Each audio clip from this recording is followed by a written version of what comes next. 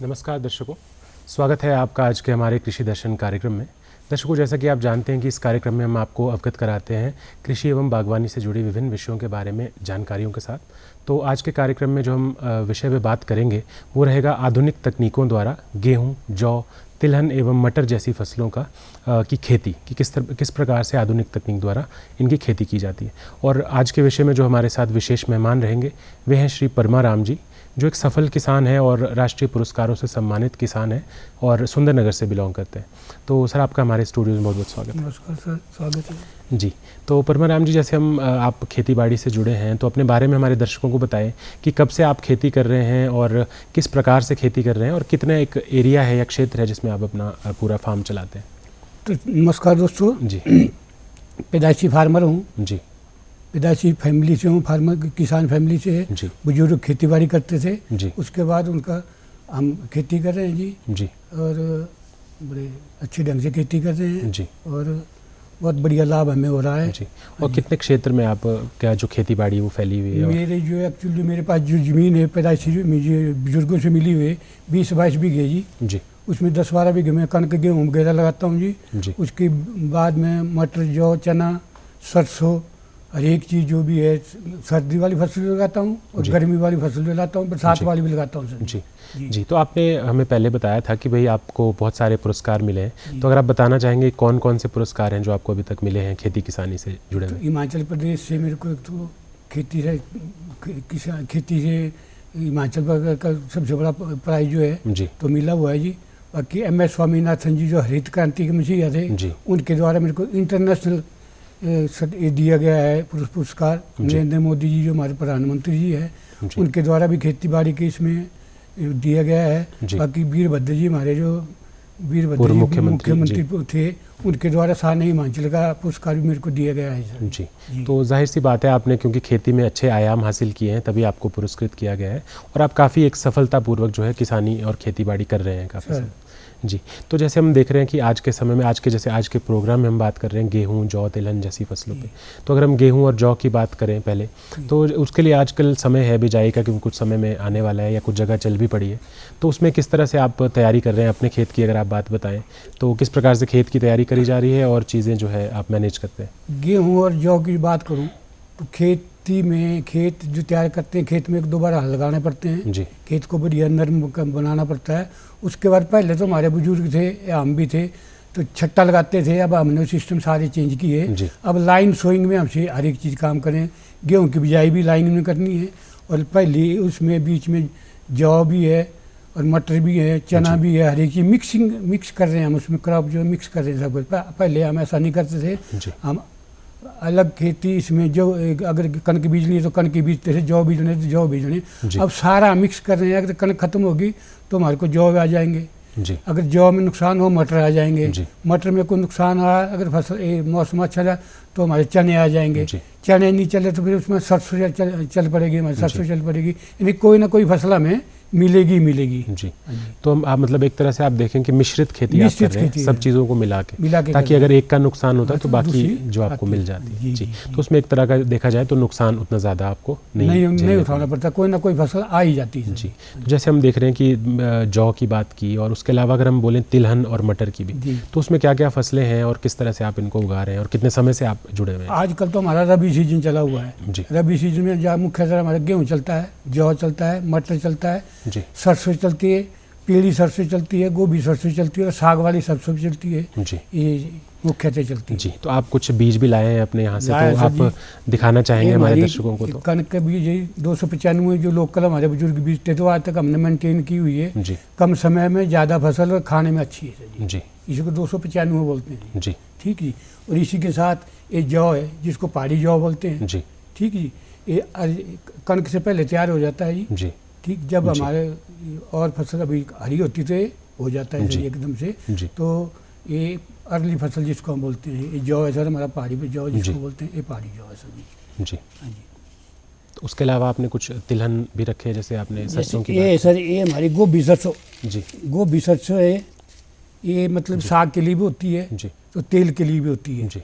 ये दूसरे हमारी लोकल जी, ये सिर्फ साग के लिए होती है और इसकी आउटपुट थोड़ा कम होती है। तेल इससे बड़ा कम निकलता है। गोभी सरसों में हम खा भी सकते हैं और तेल भी निकाल सकते हैं। काफ़ी अच्छा तेल, यानी कि 1 किलो में 600 ग्राम तेल निकल जाता है। 400 ग्राम खल मिला दी 60-40 का इसका स्केल है। जी।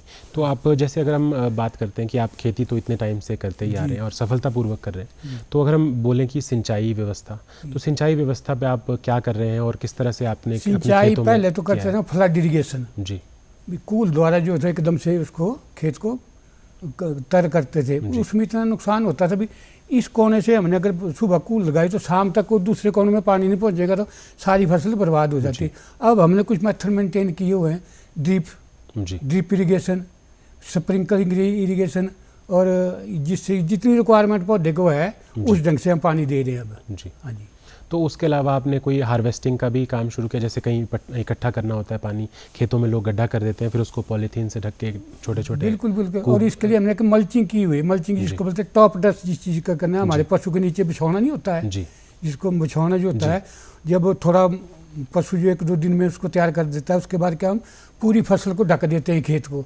उससे क्या होता है, एक तो खरपतवार में उगेगा, दूसरा नमी रहेगी पौधे के लिए, ताकत मिलती रहेगी उससे। तो उस तरह से आप पानी का मैनेजमेंट कर लेते, क्योंकि नमी रहती है बिछौने से, जो टॉप ड्रेस बोलते हैं अंग्रेजी में, हम बोलते हैं बिछौना, किसी फसल को ढक देना किसी जी। तो जैसे हम देखते हैं कि जैसे मृदा की बात हम करते हैं परमाराम जी की, मिट्टी जो है एक बहुत समय तक अगर आप कोई फसल उगाते हैं कहीं, तो उस क्षेत्र की मिट्टी जो है थोड़े टाइम बाद क्या होती है, उपजाऊपन अपना खो देती है धीरे धीरे। तो आप उसको कैसे मेंटेन करते हैं? अगर हम बोलेंगे जैसे सॉइल टेस्टिंग की आजकल चीज़ें हैं, या सॉइल हेल्थ कार्ड्स बन रहे हैं, तो उसको आप कैसे करते हैं? हम हर 6 महीने बाद फसल जैसे कटाई होती है, उसलिए हम अपनी जो ज़मीन है उस मिट्टी के स्वास्थ्य को जांचने के लिए जो है हम तो लेबोरेटरी में नियर बाई जो हमारे कृषि विभाग हैं या KVK हैं, उनकी लेबोरेटरी में भेजते हैं, और वो पूरा हमें बता देते हैं भी इसमें इस चीज़ की कमी है, इसमें ये चीज़ डालो, इसमें ये चीज़ डालो। तो उस ढंग से हम पूरी इसका मैनेज कर देते हैं, यानी कि सॉइल मिट्टी का स्वास्थ्य जांच जो है बड़ा इसके चले हुए आजकल सरकार द्वारा तो बड़े तरीके चले हुए हैं। घर घर बैन जारी है, हर एक पंचायत में बैन जारी है, और स्वास्थ्य मिट्टी जांच कर रही है। जी। और आपका सॉइल हेल्थ कार्ड बना हुआ है, और आप समय समय पे आप बिल्कुल सॉइल हेल्थ कार्ड बना, हर 6 महीने के बाद हमारे का नया कार्ड बना करके देते हैं विभाग वाले। यानी कि आप जो सॉइल टेस्टिंग से रिलेटेड जो सरकारी सुविधाएं हैं उसका आप भरपूर फायदा उठा रहे हैं। जी। तो अगर हम बात करें कि जैसे सॉइल टेस्टिंग की तो बात हो गई, तो मृदा के उपजाऊपन को बनाए रखने के लिए आप क्या उपाय अपनाते हैं? जैसे जो कंपोस्ट डालते थे पहले या कुछ दवाइयाँ होती थी, तो उसके जगह पे आप क्या कर रहे हैं? क्या आप नेचुरल फार्मिंग के बारे में जानते हैं और कैसे करते हैं? मैं दावे से कह सकता हूँ 101% नेचुरल फार्मिंग कर रहा हूँ। प्राकृतिक खेती जिसको बोलते हैं, कुछ भी नहीं मैं डालता। मेरा अपना मेथड है, मेरे गद्दी ये 2-3 भाई उनसे मेरा टाई अप है। अब वो आ जाएंगे नीचे तो मैं अपने खेत में उन गद्दियों को बैठाता हूँ जी। वो बकरी जो बैठेगी पूरी खाद दे देगी। कुछ मैंने पशु पाले हुए घर में जी, उनका जितना भी गोबर 6-7 महीने का गोबर होता है उसी को खेत में डालता हूँ।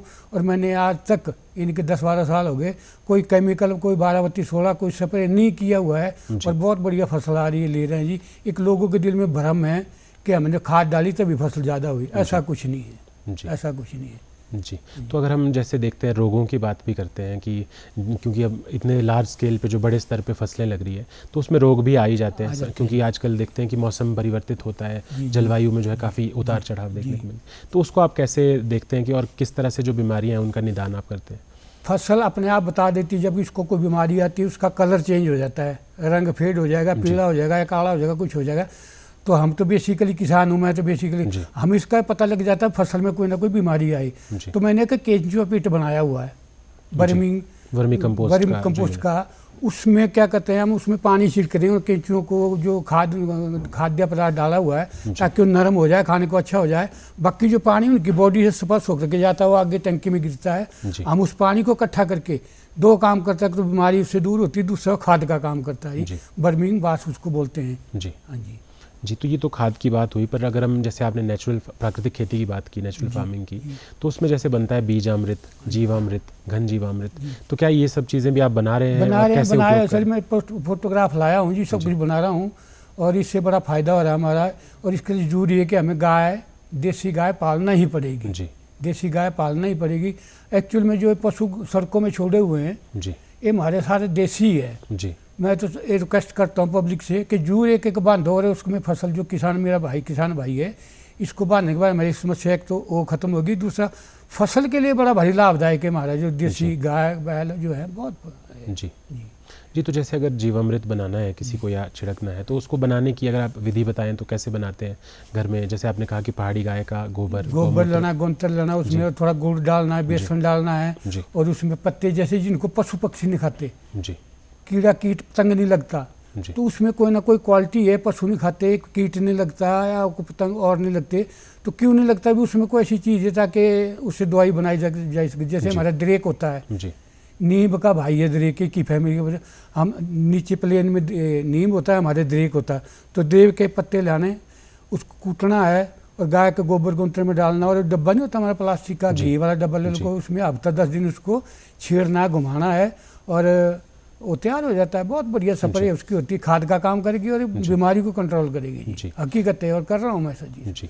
तो ये तो बीमारियों की बात की आपने, बीच अभी कीटों की भी बात की। तो जो कीड़े हैं कई बार वो भी आते हैं क्योंकि जलवायु परिवर्तन है, तो जाहिर सी बात है कि बीमारियां आ रही है तो कीड़े भी आते हैं, और हम देखते हैं बरसातों के मौसम में या गर्मियों में तो ज़्यादा कीड़े देखने को मिलते हैं। तो उस समय आप कैसे बचाते हैं अपनी फसलों को? अगर हम इसी से जो अस्त्र बनाए हुए ना जी, इसी से कीट पतंग भी कंट्रोल हो जाता है, सारा कंट्रोल हो जाता है। ये उनके लिए जहर है, खेती के लिए खाद है जी, खेत के लिए फसल के लिए अमृत है, कि कीड़े गुज्जे और पतंगों के लिए जो है तो जहर है जी। तो जैसे आपने वर्मी कंपोस्टिंग यूनिट की बात भी की परमाराम जी, तो कैसे आपने वो उसको सेटअप किया? क्योंकि पहले क्या होता था कि जैसे गोबर होता था गाय का तो उसको सीधा बाहर निकाल के वो उसको सड़ने देते थे, बट आपने जैसे बात की कि यूनिट आपने लगाया हुआ, तो उसके लिए क्या क्या ज़रूरी चीज़ें हैं? अगर कोई लगाना चाहे तो कैसे लगाए उसको? इसके सरकार बड़ा भारी हमारे को मदद कर रही है, और उसके लिए घर में देसी गाय होनी जरूरी है, क्योंकि गाय के बिना केंचुआ जो है तो इसको पसंद करता है, गाय का गोबर गोंतर जो कुछ भी है 24 घंटा पुराना जो है, इसी से इसका जीवन चक्कर चलता, बड़े चाव से इसको खाता है, और ये खाने के बाद जो मल करता है वो हमारी एक वो बन गई है, खाद बन गई, खाद का काम करेगी ये जी। हाँ जी।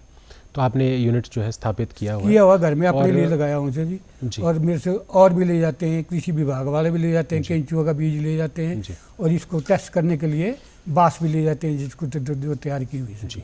तो जैसे आप परंपरागत तौर पे तो खेती से जुड़े ही हैं, बट जैसे आप देखते हैं कि कृषि विभाग है वो अपना समय समय पर क्या होता है कुछ जागरूकता कार्यक्रम भी लगाता है या ट्रेनिंग्स भी ऑर्गेनाइज करता है। तो आपने जब आप इसमें थोड़ा सा रुझान था आपका कि ज़्यादा इसको शुरू कर रहे थे, तो क्या आपने ऐसी कोई ट्रेनिंग्स की जो कृषि विभाग करा रहा था, या आपके आसपास में किस तरह की सुविधाएँ हैं कृषि विभाग? मैं पहला किसान हूँ सर, हमारे आचार्य देवव्रत जी गवर्नर यहाँ होते थे जी, उन्होंने पालनपुर में हमारे को 7 दिन की ट्रेनिंग करवाई हुई है, उसके मैं सर्टिफिकेट भी लाया हूँ जी, ठीक है, उसमें मैं गोल्ड मेडलिस्ट हूँ इसमें जो है इसकी ट्रेनिंग में जी। तो बहुत बढ़िया उन्होंने हमारे को एक नेचुरल फार्मिंग का जो हमें ट्रेनिंग 7 दिन की करवाई थी पालनपुर यूनिवर्सिटी से, फर्स्ट बैच का मैं क्वालिफाइड हूँ सर जी।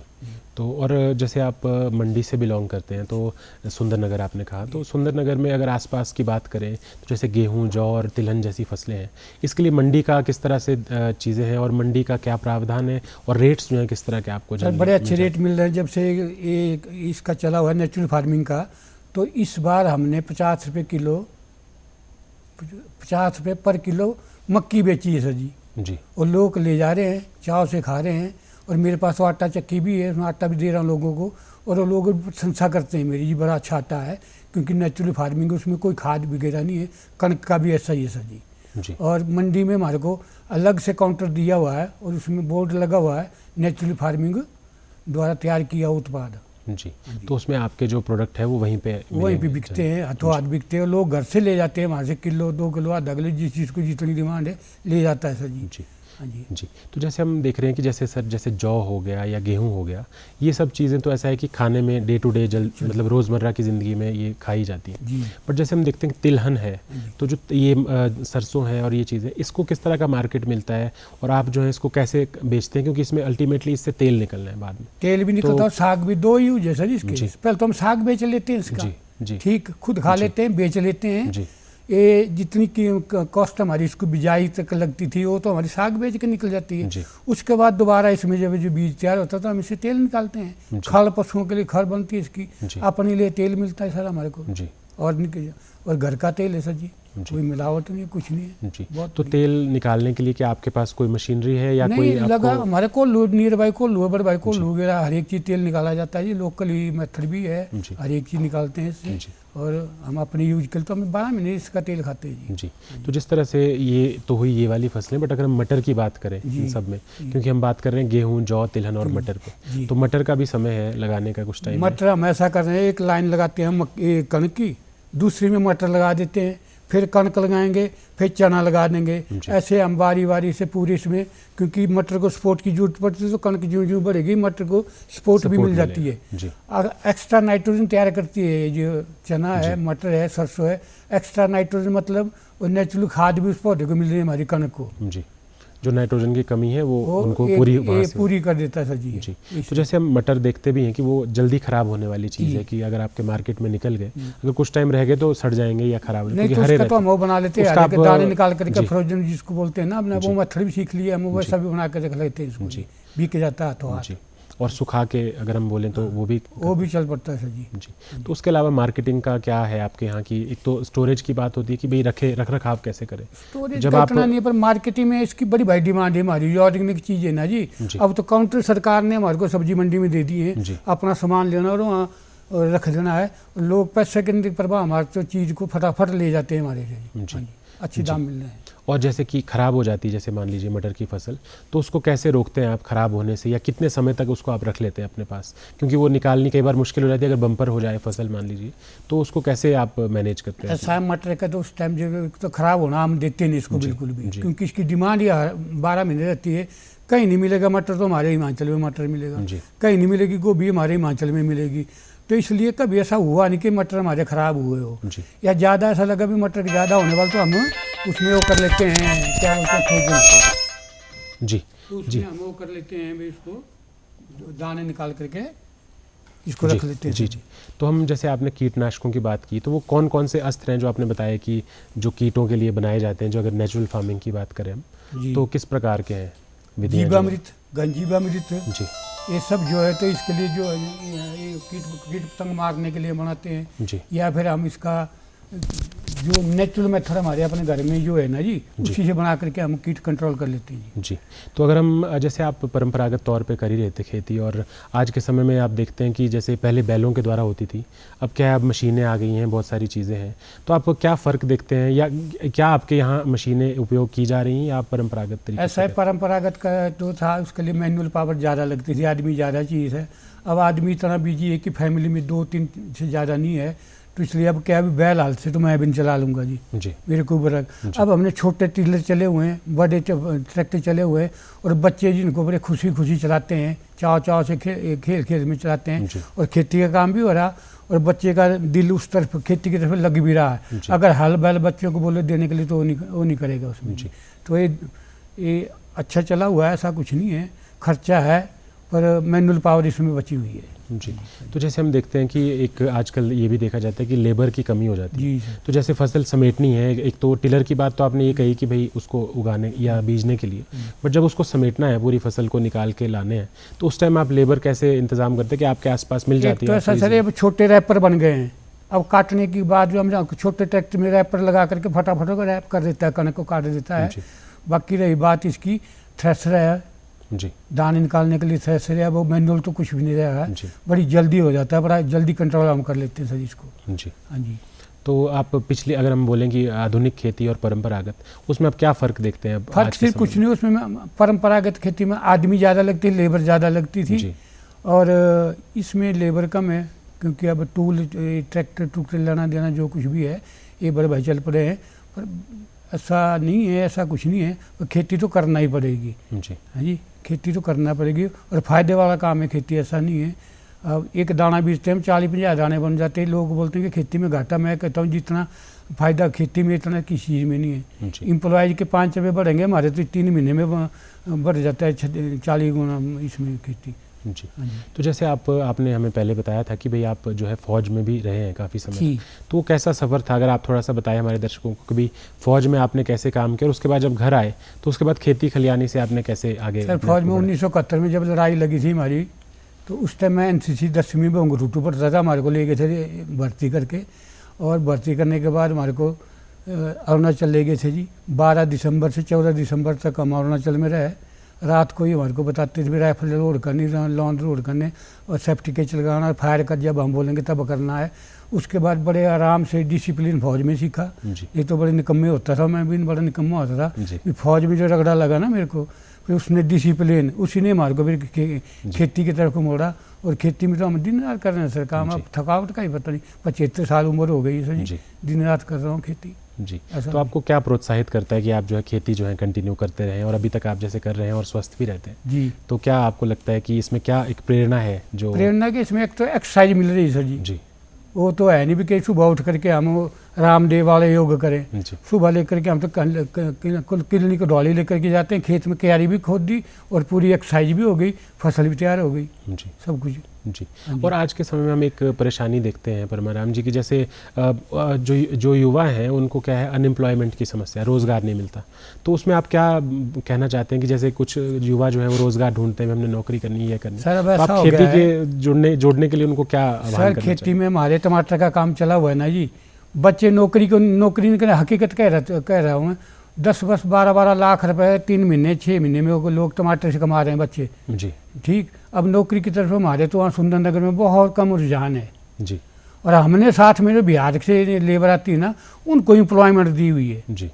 और हमारे जो बच्चे नए जो है जनरेशन जो नौकरी के पीछे भागते थे, उन्होंने ठेके पे ज़मीन लेकर के बड़ा अच्छा पैसा कमा रहे हैं। हाँ जी जी। तो आप उन युवाओं को क्या संदेश देना चाहेंगे, क्योंकि बाकी जगह से भी हम लोगों को, हमारे कार्यक्रम को लोग देख रहे हैं, तो उनको आप क्या संदेश देना चाहेंगे कि भाई कैसे वो खेती की ओर आएँ और या नौकरी के पीछे कितना भागे और कितना नहीं, उसके बारे में थोड़ा सा? मैं तो बच्चों को यही बोलता भी नौकरी करने वाला मत बनो, नौकर शब्द बहुत बुरा है जी, ठीक जी। और आप नौकरी देने वाले बनो। और ऐसा हो रहा है सर जी, कर रहे हैं बच्चे, कर रहे हैं, पैसे कमा रहे हैं, हर एक चीज़ कमा रहे हैं जी। सर्विस के पीछे तो बहुत कम जा रहे हैं बच्चे, अब ऐसा कुछ नहीं है जी। हाँ जी जी। तो जैसे आप अपने खेतों में सर काम करते ही हैं, तो आप क्या साथ साथ में औरों को भी सिखाते हैं कि आपने किस तरह सर? मेरे पास अब स्कूल में एक चला हुआ वोकेशनल ट्रेनिंग बच्चों के लिए, कृषि का लगाया हुआ पीरियड, सब्जेक्ट है जी, सब्जेक्ट लगाया हुआ है। तो मेरे पास बच्चे 3 दिन के लिए ट्रेनिंग के लिए आते हैं, फ्री ट्रेनिंग देता हूँ बच्चों को मैं। और बड़ी खुशी होती है मेरे को कि सरकार ने स्कूल में ये प्रोजेक्ट चलाया हुआ है। बागवानी का भी चलाया, पशुपालन का भी चलाया और खेतीबाड़ी का भी चलाया हुआ, और बच्चे कर रहे हैं, इंटरेस्ट से कर रहे हैं सर जी। यूनिवर्सिटी से बच्चे मेरे पास आते हैं, एग्रीकल्चर विभाग से जो बच्चे ट्रेनिंग कर रहे हैं वो मेरे पास आते हैं। पीछे मेरे पास राजस्थान से आए थे बच्चे ट्रेनिंग के लिए जी, 3-3 महीने के लिए आते हैं सर जी। और बड़े आराम से काम करते हैं, सीखते हैं और बच्चों का रुझान बड़ा अच्छा इस तरह बढ़ रहा है सर जी। यानी कि तो कुल मिला के अगर हम बात करें, जो आधुनिक खेती है भाई, अगर जो युवा है आज का, अगर वो थोड़ा उससे जुड़े और टेक्निकली उसको करे तो वो काफ़ी मुनाफा कमा सकता है और अपने लिए एक स्वरोजगार जो है उसको जनरेट कर रहे हैं सर, कमा रहे हैं जी, कमा रहे हैं बच्चे जी। तो आप हमारे कार्यक्रम में आए और आपने इतनी महत्वपूर्ण जानकारी हमारे दर्शकों को दी, उसके लिए आपका बहुत बहुत धन्यवाद। धन्यवाद सर जी। दर्शकों, आपसे मिलेंगे इसी कार्यक्रम के अगले अंक में, तब तक के लिए नमस्कार।